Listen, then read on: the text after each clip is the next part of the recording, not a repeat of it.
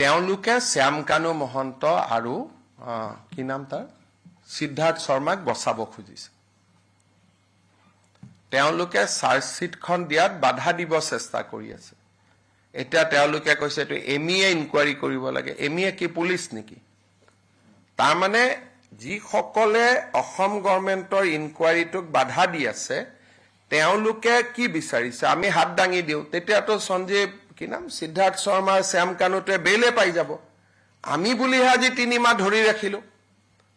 নহলে আজিলৈকে কোন ডাঙৰ মানুহ জেলত 3 মাহ কোন চৰকাৰে ধৰি ৰাখিব পাৰিছে মোক কওকচোন আজিলৈকে অসমৰ বুৰঞ্জীত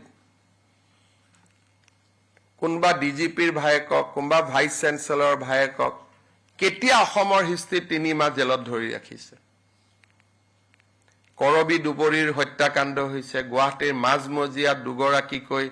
মাক জীয়েকক গুৰুম গুৰুম কৰি মাৰা হৈছিল কাকোতো 3 মাহ আজিলৈকে ধৰি ৰাখিব পৰা নাই গতিকে মুক্ত আপোনালোকে ধন্যবাদ দিব লাগে যে মই আজিলৈকে উলাই আহিব দিয়া নাই গতিকে ধন্যবাদ কোট দিব আৰু পাৰিলে আকৌ সমালোচনাতে থাকিব মই যিখিনি চেষ্টা কৰি আছো কিমান সফল হৈছো নাজানো কিন্তু মইতো অভূতপূৰ্ব চেষ্টা কৰিছে 3 মাহত চাৰ্জশিট দিয়া ৰেকৰ্ড আছে নেকি সিংগাপুৰ পুলিচতকৈ আগত আমি চাৰ্জশিট দিম সিংগাপুৰে দিব 18 তাৰিখে আমি দিম 12 তাৰিখে তো মুক্তো কৰবাত ধন্যবাদ এটা দিয়ক দিব লাগে নে নাই কওকচোন আজি 3 মাহটো বেল হোৱা নাই আজি 3 মাহ হৈ গল আগতে মোক কি কোৱা হৈছিল যে তেওঁলোকৰ লগত ভাল এতিয়া কোনে উলালে বাৰে বাৰে ইনকুৱাৰীটো বেয়া বেয়া বেয়া বুলি কোনে কৈ আছে যি সকলে সিদ্ধাৰ্থ আৰু শ্যামকানুক দোষী সাব্যস্ত হোৱাটো নিবিচাৰে প্ৰথমতে কি কৈছিল ভাল জেলত লৈ গল অতিথি খালাত লৈ গল এতিয়া আপোনালোকেতো এদিন হলেও লিখিব লাগে যে 3 মাহি মাটিত হৈ আছে বুলি কোনেতো নিলিখে আজি 3 মাহ যে সিদ্ধাৰ্থ শৰ্মা শ্যামকানু শৰ্মা মাটিত হৈ আছে যিবিলাকে ৰিজৰ্টত পঠোৱা বুলি লিখিছিল আজিলৈকেতো কোৱা নাই যে আমাৰ ভুল হৈছিল মুখ্যমন্ত্ৰীক এনেকে গালি পাৰাটো ভুল হৈছিল কব লাগিছিল নাই কোনবাই কওকচোন তাতে ভূত ওলাই ভাবে ৰাতি চিঞৰ বাখৰ হয় মহৰ আঠুৱা দিয়া নাই মোবাইল ফোন দিয়া নাই খাব ভালকৈ পোৱা নাই জেলৰ যি নিয়মতকৈ এটা টুকুৰা ৰুটি ভালকৈ খাব দিয়া নাই 3 মাহটো হৈ গল চাওঁতে চাওঁতে কোনেওতো জামিন লব পৰা নাই নে পাৰিছে কক কালি মই উমৰাংশত যাওঁতে এছপি সুধিছিলো পৰহি তাতে দুটা আছে কেনেকে আছে বোলে ছাৰ এনেকুৱা হৈ গৈছে আপোনালোকে এইটো নিলিখে জুৱাৰ দিনাখন কোনে হুলস্থুল কৰিছিল বাহিৰত হেতুটো গোটেই ৰাতি ধাৰাভাষ্য দিছিল এতিয়া কোনেও নিলিখে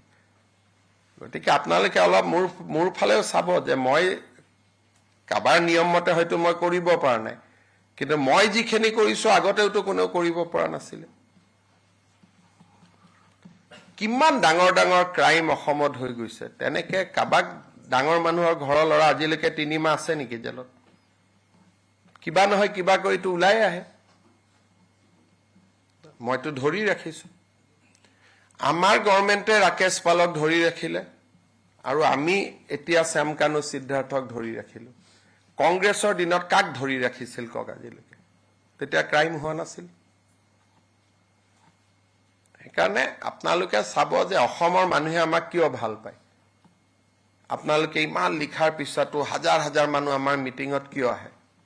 কাৰণ জানে যে তেওঁলোকে কামটো কৰিবই আৰু মানুহে মুখহে কৈ আছে ছাৰ ন্যায় দিব বুলি